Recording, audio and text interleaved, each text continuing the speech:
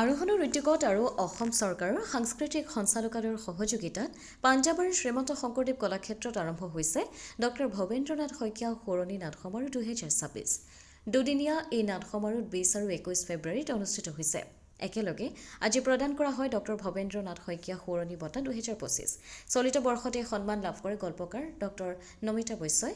বঁটাত আছে নগদ 50,000 টকা, গামোচা, মানপত্ৰ, স্মাৰক আৰু কিতাপৰ টোপোলা। উল্লেখযোগ্য যে 2018 চনৰ পৰা আৰোহণে প্ৰতি বছৰে ড শইকীয়াৰ ৰূপজা দিন উপলক্ষে এই বঁটা প্ৰদান কৰি আহিছে। অনুষ্ঠানটিত এইবাৰ পদ্মশ্ৰী সন্মানপ্ৰাপক শিল্পী নুৰুদ্দিন আহমেদকো বিশেষভাৱে সম্বৰ্ধনা জনোৱা হয়।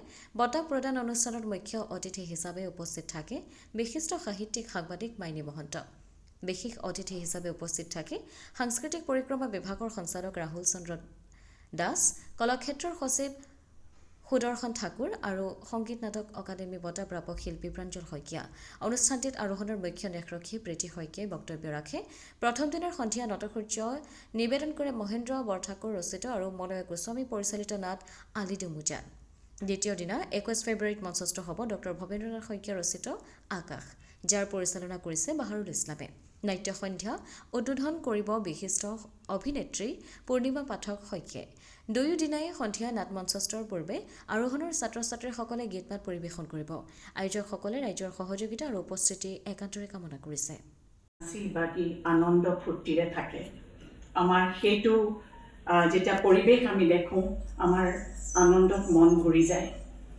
আৰু শিশুসকলক আৰোহণৰ মজিয়াত আমি এটি সুস্থ পৰিৱেশ দিবলৈ সদায় চেষ্টা অব্যাহত ৰাখিছোঁ। আৰু সেই উপলক্ষে আৰোহণৰ সেই মজিয়াখন এখন সঁচাকৈ বৰ পবিত্ৰ মজিয়ালৈ ৰূপান্তৰিত হৈছে। আজি আমাৰ এই অনুষ্ঠানৰ মধ্যমণি ড নমিতা বৈশ্য। আমি ট্ৰাষ্টত এটা সিদ্ধান্ত লৈছিলোঁ যে যিসকল উঠি অহা প্ৰজন্মই 50 বছৰৰ তলৰ যিসকলে সাহিত্যৰ জগততে হওক বা সাংস্কৃতিক ক্ষেত্ৰতে হওক যিসকলে তেওঁলোকৰ অৱদান আগবঢ়াই আহিছে আৰু যিসকলে খুব উদ্দেশ্য প্ৰণোদিতভাৱে নিজৰ কাম কৰি আহিছে, সেইসকললৈ আমি সন্মান আগবঢ়াম।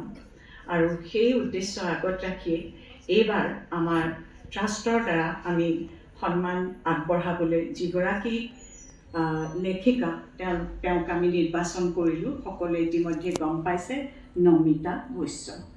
আৰু মই নমিতালৈ মোৰ আন্তৰিক অভিনন্দন জনাইছোঁ আৰোহণ পৰিয়ালৰ তৰফৰ পৰা।